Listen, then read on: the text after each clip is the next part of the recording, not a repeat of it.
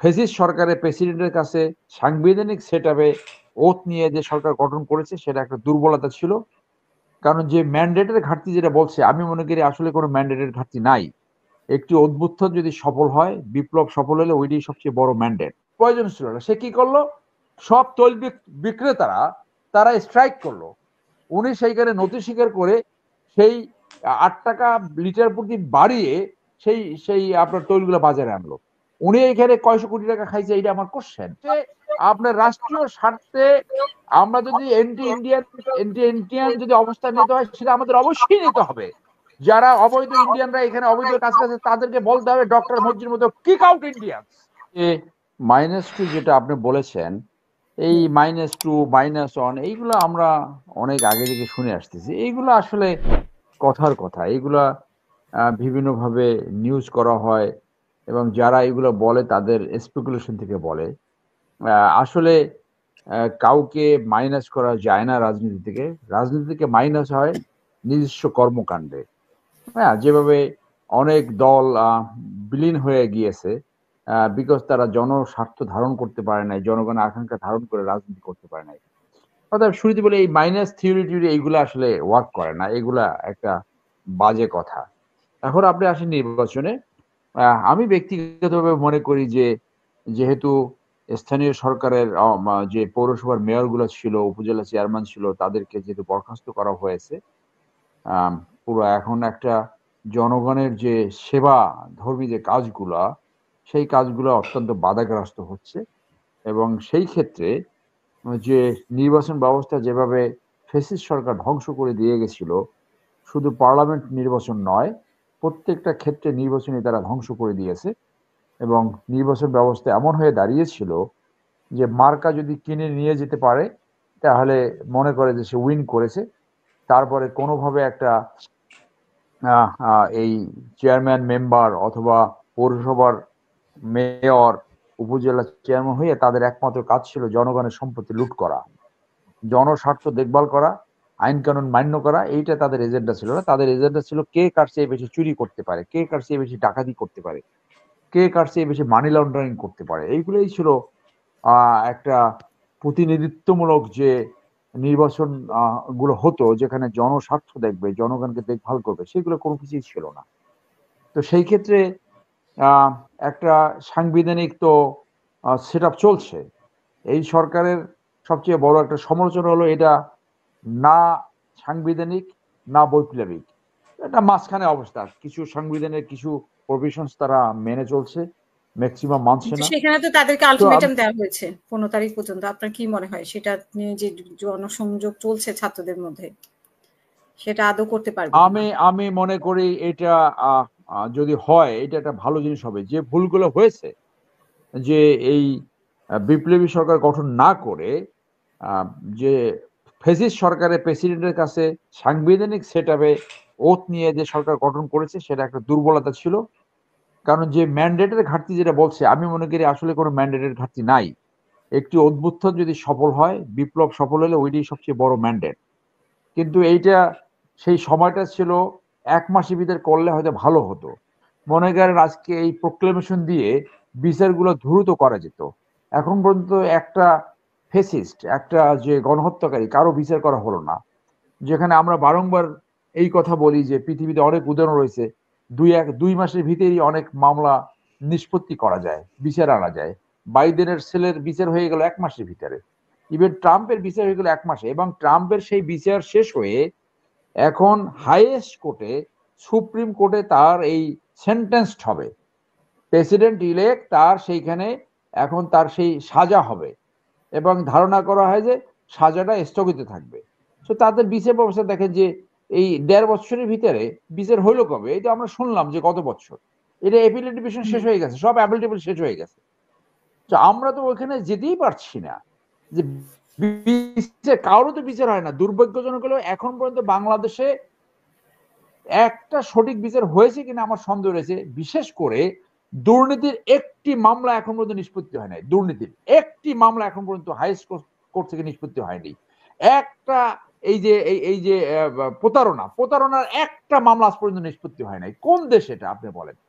সেই ক্ষেত্রে তাদের বড় কাজ ছিল এই গণহত্যাকারীদের বিচার করা, অন্তত 22টার মতো 10-20টা যদি রায় হয়ে যেত, মানুষ এইটা দেখতে চায় যে তারা বিচার করতে পেরেছে। তো এইটা আপনি কিভাবে করতে পারতেন? এইটা তো এই বর্তমান যে বিচার ব্যবস্থা এটা দিয়ে করতে পারবেন না, এটা প্রোক্লেমেশন দিয়ে করা যেত। গণহত্যাকারীদের বিচার করা উচিত ছিল। সেইগুলো যখন করছে না তখন মানুষ ফ্রাস্ট্রেট হচ্ছে। আরেকদিকে আপনার এই যে জনজীবনের যে একটা অচলাবস্থা সৃষ্টি হয়েছে, ট্রাফিক জ্যাম, দ্রব্যমূল্য, বিদ্যুৎ মূল্য, এর উপরে একদম ফ্যাসিস্ট সরকার যেভাবে করে গেছে সেইভাবে এই দুই একজন অ্যাডভাইজার কাজ শুরু করছে। কি করলো উনি? এই যাকে এই বশিরুল্লাহ, এই যে লুটেরা বশিরুল্লাহ একটা ব্যবসায়ীকে তাকে ব্যবসা সাইড দেখার জন্য অ্যাডভাইজার বানাইলো। এটা তো পৃথিবীর কোথাও হয় না, কনফ্লিক্ট অফ ইন্টারেস্ট। যে ব্যবসায়ী লোক, তাকে তো কোনোদিনও ব্যবসা অ্যাডভাইজার বানানোর প্রয়োজন ছিল না। সে কি করলো? সব তৈল বিক্রেতারা তারা স্ট্রাইক করলো। উনি সেইখানে নথি স্বীকার করে সেই 8 টাকা লিটার প্রতি বাড়িয়ে সেই আপনার তৈলগুলো বাজারে আনলো। উনি এখানে কয়শো কোটি টাকা খাইছে, এটা আমার কোশ্চেন।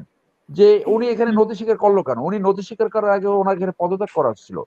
আর একজন অর্থমন্ত্রী, উনি ওই বৈদেশিক প্রেসক্রিপশনে ভ্যাট বাড়াই দিল, আবার বললো কি সাধারণ জীবন এইটা নাকি ব্যাহত হবে না। অলমোস্ট এখন তো ব্যাহত শুরু হয়েছে। এইটা হয় কোনোদিন আপনি ভ্যাট বাড়াবেন?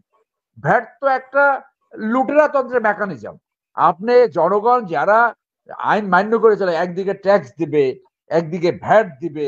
আপনি পানি খেতে যাবেন সেখানে আপনি ভ্যাট দেবেন, আপনি রেস্টুরেন্টে খেতে যাবেন সেখানে ভ্যাট দেবেন। এগুলো তো হয় না কোথাও পৃথিবীতে, কোথাও এটার উদাহরণ নাই।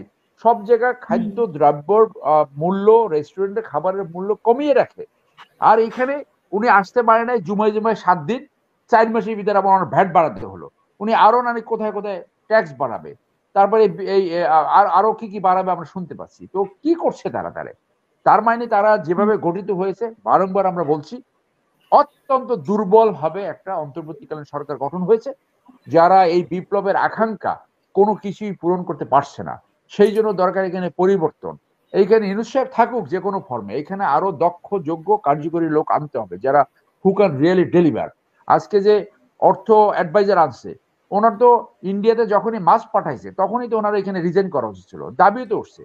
আপনি জন আকাঙ্ক্ষা ছিল অন্তত এইবারে ইলিশ মাছ পাঠানো হবে না, কেন ইলিশ মাছ পাঠাইলেন আপনি? আপনারা ইন্ডিয়ার সাথে তো পিরিত কেন?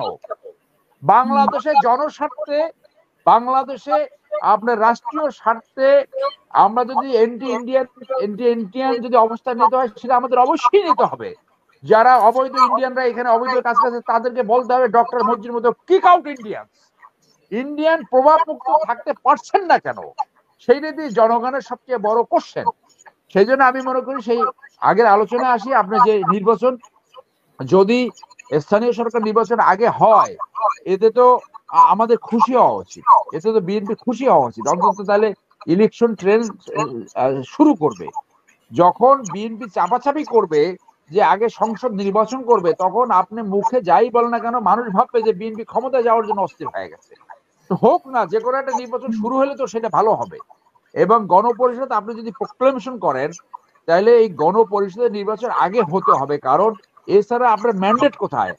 আপনি যে সংস্কার করেছেন, আমরা বারবার বলছি এরকম সংস্কারের কথা, বিভিন্ন সময় আমরা বলেছি, আমাদের অনেক লোকজন এটা আর্টিকেল লিখে বলেছে, আপনারা সেইটা এখন কমিশনের মাধ্যমে আনছেন। কিন্তু এইটা এনফোর্সমেন্টের, এটা কার্যকরী করার যদি মেকানিজম না থাকে, তাইলে 90 সালে যে 3 দলের রূপরেখা হয়েছিল তার মতো যদি এইটা ডাস্টবিনে ফেলাই দেয় কাগজ, আপনি কি করবেন? আজকে ইলেকটেড গভর্নমেন্ট যেই হবে, মোস্ট লাইকলি বিএনপি ক্ষমতা আসবে, তাহলে বিএনপি যদি এটা না মানে তখন আপনার কিছু করা থাকবে? এগুলো তো ডাস্টবিনে চলে যাবে। সেই জন্য অ্যাটলিস্ট যে সংবিধানের যে সংস্কারটা হবে, সেইটাকে আপনি একটা এনফোর্সমেন্টের জায়গায়, একটা জনগণের যে গ্রহণের জায়গায়, ম্যান্ডেটের জায়গায় কিভাবে আনবেন? দ্যাট একমাত্র মেকানিজম হলো আপনার এই গণপরিষদ ইলেকশন। তো আজকে জাতির স্বার্থে যা যা দরকার সেইটাই তাদের করতে হবে। আমি মনে করি ডিবেট থাকবে, যে যার পয়েন্ট অফ ভিউ থেকে কথা বলবে, কিন্তু যেহেতু এতগুলো জীবন নষ্ট হয়েছে, মানুষের আকাঙ্ক্ষাটাকে বিবেচনায় নিয়ে আপনার যা যা করণীয় সেটা করতে হবে। এই প্রফেসর সাহেবের ওয়ার্ল্ড ব্রান্ড সেটা কাজে লাগিয়ে দেবে। উনি তো নুরুল কবিরের সাথে ইন্টারভিউতে বলে বলছেন, আমার তো এটা কাজ না, মানে আনউইলিং হর্স। এখানে হাসিন স্যার আছে, আমরা একটা কথা সবসময় বলি যে আনউইলিং হর্স দিয়ে কোনো দায়িত্ব, কোনো পারফরমেন্স অ্যাকমপ্লিশ করা যায় না। এই আসিফ নজরুল দেখেন একটা ইন্টারভিউতে 1 মাসের ভিতরে বললো আমি আগের জায়গায় ফেরত যেতে চাই। কেন? তাহলে আপনি নিলেন কেন দায়িত্ব? আপনি তখন বলেন না কেন 2 দিন কাজ করে টায়ার্ড হয়ে গেছেন, একদিন শনিবার আর শুক্রবার কাজ করে বলেন আমার অফিসাররা শুক্রবারও কাজ করছে, because you have not seen crisis management কিভাবে করতে হয়। আর্মি অফিসাররা অথবা প্রশাসনের অফিসাররা কিভাবে কাজ করে, জুনিয়র অফিসার হিসেবে আমরা তো প্রতি শুক্রবার কাজ করতাম, একদম ছোট দায়িত্ব সেই সেকেন্ড লেফটেন্যান্ট অবস্থায়। আর্মি অফিসার তো এমন আছে 7 রাত ঘুমায় নাই। আপনি একদিন শনিবার কাজ করে বলেন আমার অফিসাররা এখন গত হয়ে গেছেন একদিন শনিবারে কাজ করে, আপনার শুক্র শনিবারে দিন রাত তো থাকার কথা না, আপনার 24 ঘন্টা কাজ করার কথা, 2 ঘন্টা ঘুমাবেন। সেইগুলো তো করছে না, কারণ they do not know how to manage the crisis. এখানে ক্রাইসিস ম্যানেজমেন্ট করার একজনও নাই, একটাই পজিটিভ ব্র্যান্ড প্রফেসর ইউনূস সাহেবের একটা ওয়ার্ল্ড ব্র্যান্ড, আর কিছুই নাই এখানে। সেই জন্য এটাকে ইমিডিয়েটলি সংস্কার করা দরকার। যারা পারফর্ম করতে পারছে না, এর 50% একদম অথর্ব পারফর্ম করতে পারছে না, তাদেরকে সরাইয়া দক্ষ যোগ্য এফেক্টিভ লোক আনতে হবে জনগণের স্বার্থে, দেশের স্বার্থে। আর একই ধারে নির্বাচনের প্রক্রিয়া চলবে, আমরা অবশ্যই নির্বাচন চাই। সেই নির্বাচনটা একটা জায়গায় এনে দিতে হবে, যাতে 90 সালের মতো যে এই রূপরেখা যেরকম ফেল করেছে আপনার বা অন্য অন্য সময় যে সুযোগটা আসছিল বাংলাদেশে বিভিন্ন সময়, সেই সুযোগটা যে নষ্ট হচ্ছে, সেই সুযোগটা যেন এবারও নষ্ট না হয়, তাহলে সেটা জাতির জন্য একটা দুঃসংবাদ বয়ে আনবে। ধন্যবাদ।